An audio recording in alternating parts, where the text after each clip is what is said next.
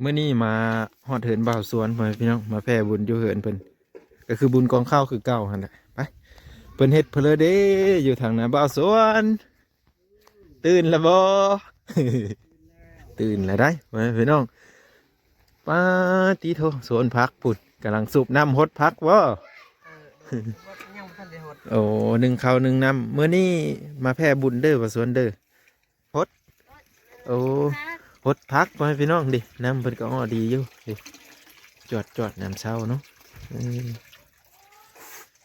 เป็นฮดพักFCเพิ่นกระทามหาอยู่โอ้ยว่ามาบ้านบ่อสวนตลอดเด้อว่าจะเบิ่งเครื่องปลูกเพิ่นว่าซั่นเด้เครื่องปลูกเพิ่นหลายเออเครื่องปลูกก็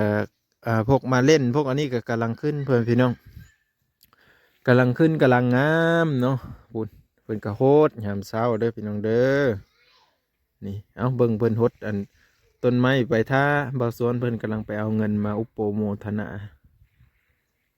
นี่หดผักยำเศร้าพี่น้องลายเครื่องปลูกเพิ่นลายแห่งปลูกสาลีมากแตงเนาะถ้าเพิ่นมันเกิดขึ้นมาในลูกเพิ่นทำสิกินเลยได้นี่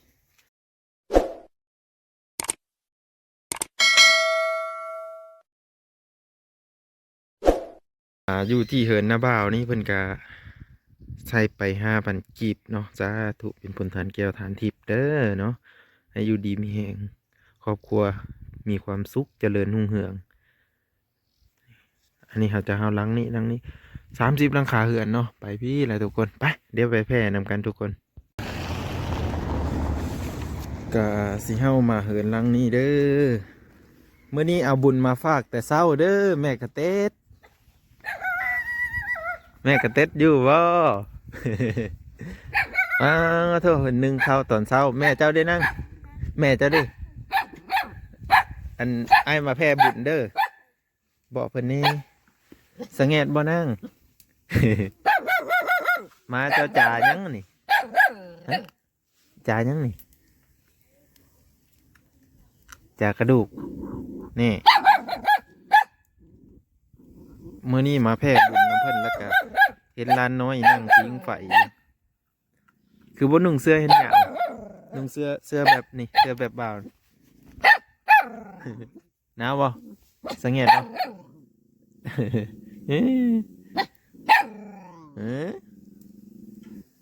อันนี้มาเจ้าบ่ฮะเอ้าเอ้านี่ก็จะเอ้าแผ่บุญ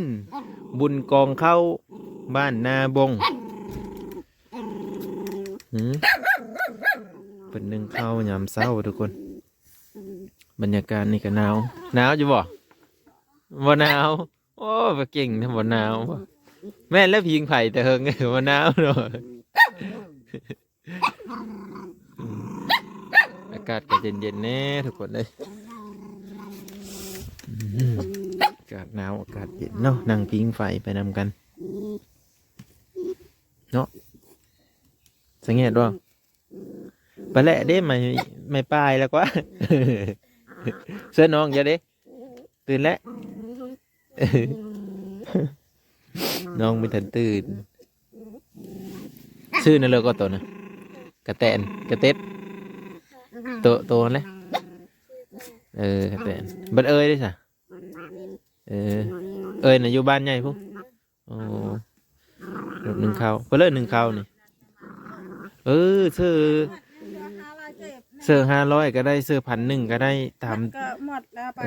ชื่อตะละน้อยตามใจเป็นบุญเป็นกุศลเด้อสร้างลูกปุกขึ้นครอบครัวเจริญรุ่งเรืองปราศจากโรคภัยไข้เจ็บทุกประการผู้ละเล็กผู้ละน้อยตื่มกันบ้านเฮา30หลังคาเหินเพิ่นเอามาเฮยอยู่2 ก็เลยสิไปเลาะแพร่ไปพุ่นแหละไปทุกคนมานี่ตอนนี้ก็คือแพร่บุญเฮือนหลังนี้แล้วก็จะไปเฮือนหลังพุ่นอีกผู้ที่เพิ่นมีหงสีเลยทุกคนไปก็บ่ได้แม่นศิลวัตรหรือว่าอิหยังดอกแต่ก็เพิ่นเอามาลงให้นั่นแล้วก็เลยไปแพร่ให้เพิ่นเนาะแพร่บุญให้เพิ่นถ้ามีโอกาสค่อยสิพาทุกคนไปเบิ่งบ้านนาบงเป็นจังไดเนาะมีศาลาหงธรรมหลังใหญ่บ่ขอยอยากพา FC ไปเบิ่งอยู่ ถ้าติดตามเบิ่งนำกันเด้อพี่น้องถ้าบุญค่อยฮอดน้ำมันรถค่อยมีค่อยจะไปฮอดแน่นอนบ้านนาบงเนาะเดี๋ยวเฮาไปเฮือนหลังนั้นอีกมื้อนี้มาแผ่บุญอยู่เฮือนไอ้ด่วนแผ่บุญนั้นของเขาบ้านนาบงตีโทสังเกตเนาะเย็นขนาดน้ำหม้อตกหรือเปล่าน้ำหม้อตกเอายกเสื้อเท่าเสื้อโหได้บุญนำกันหลายๆเอาบุญยามเศร้าบ้านเฮา30หลังคาเฮินเพิ่นเอาเฮยอยู่2 นึง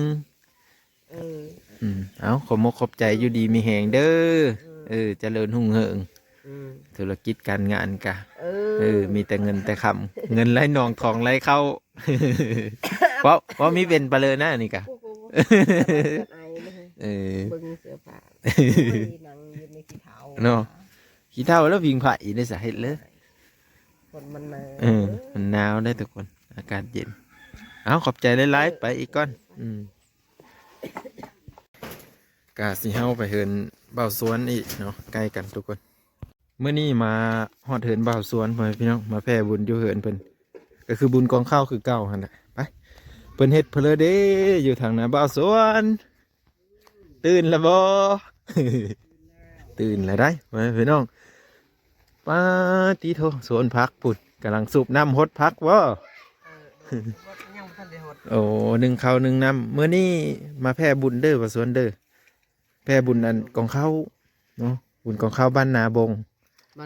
แม่นเมืองสวนนาบุรีแข้งสวรรณเขตเพิ่นสิสร้างศาลาหงส์ธรรมผู้ละเล็กผู้ละน้อยผู้ละ500ผู้ละ1,000เอาเงินก่อนแป๊บนึงเด้ออันนี้ก็คือเป็นนึ่งข้าวพี่น้องไผกันยังไม่ทันลุกเนาะมาก็เลยเอาบุญมาฝากเพื่อนยามเช้าพี่น้องเนาะเป็นแพร่แล้วกันเลยไปหาแพร่กันสูบน้ำเยอะเฮ็ดเพื่อเลยฮดโอ้ฮดพักมาพี่น้องดิน้ำเพิ่นก็อ้อดีอยู่ดิจอดน้ำเช้าเนาะเป็นฮดพักFC เพิ่นก็ถามหาอยู่โอ้ยมาบ้านบ่สวนตลอดเด้อว่าจะเบิ่งเครื่องปลูกเพิ่นว่าซั่นเด้เครื่องปลูกเพิ่นหลายเครื่องปลูกก็พวกมาเล่นพวกอันนี้ก็กำลังขึ้นเพิ่นพี่น้อง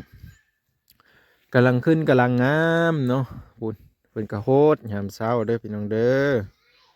นี่เอาเบิ่งเพิ่นโฮดอัน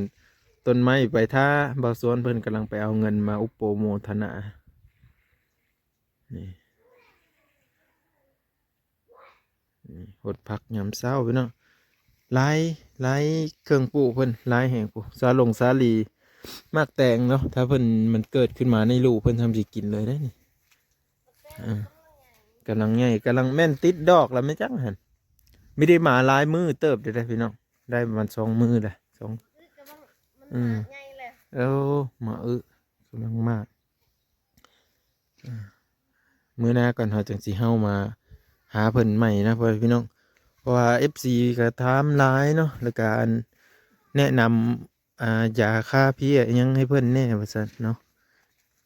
ก็คือผักกระเดาเฮามันมีอยู่บ่สวนแถวบ้านเฮาผักกระเดามีอยู่บ่กกมันเขาว่าเอากระโตใบมันน่ะเด้มาแช่น้ำ1,000เด้อเอาสาธุเป็นบุญเป็นกุศลอันนบสเก้าเท่าสุโหบ่าวสวนอธิษฐานบุญกุศลของเฮาเฮาได้เฮ็ดได้ฐานสร้างศาลาหงส์ธรรมคือว่าสวนเป็นอธิษฐานและนึกคุณงามความดีปัจจัยที่เฮาเงินที่เฮาได้อุปโภทนาซอยเพิ่นพ่อพี่น้องให้เป็นบุญเป็นกุศลเด้อบ่าวสวนมีแต่คุณงามความดีสร้างลูกปุ๊บขึ้นเนาะปราศจากโรคภัยไข้เจ็บทุกประการถือเลขถือหวยก็ว่ากันไปเนาะเอาสาธุเมื่อนี้ก็เลยแวะเข้ามาเอาบุญมาต้อนบ่าวสวนยามเช้าพี่น้อง FC เพิ่นคอมเมนต์ว่าอันคันมีพักกระเดานะเอาพักกระเดาเด้ออันใบมันบ่าวสวนใบมันมาแช่น้ำเลยอันบัดนั้นจะเอาไปฮดเป็นว่าคาเพี้ยบ้างก็ถ้ามีพักกระเดาก็สิไปหาเอามาลองเฮ็ดเบิ่งก่อนพักกระเดาอยู่บ้านเพราะอันใส่เพี้ยแม่นคาเพียแบบสูตรธรรมชาติเป็นว่าแต่ได้ผลอยู่ แต่ก็ลองเบิ่งก่อน สิลองเบิ่ง ลองเบิ่งเอาไปก่อนบ่สวน อ่ะ ยังหลายหลังคาเฮือนขอบใจหลายๆไปพี่น้องตอนนี้เขาก็ได้มาแพร่บุญน้ำเบาสวนเนาะและหลังจากนี้เขาก็สิออกไปแพร่เฮือนหลังใหม่อีก อากาศก็น้ำเย็นก็ได้กระดอกขี่รถก็เย็นจ้อยๆพี่น้องเอ้ยยามเช้ายังอยู่เด้หลายหลังคาเฮือนอยู่เด้เนาะหาก็ได้2 4 4หลังคาเฮือนยังอีกหลายอยู่ไว้พี่น้องเพื่อสีหอบเนาะ ไปเบิ่งนำกันทุกคนเนาะเมื่อนี้มาฮอดเทินพอเท่านั่นกลับมาแพร่บุญนำเพิ่นอีเนาะบุญยามเช้าเด้อพอเท่าผู้เฒ่าผู้แก่เนาะ อันมาแพร่บุญกองเข้าบ้านนาบงเขาเฮ็ดตั้งแต่วัน7 ค่ำเดือน2กงกับวันที่10 เดือน1 2026เอาเบอร์น้อยก็ได้เสือมีเสือลายดอกอันมาแพร่บุญ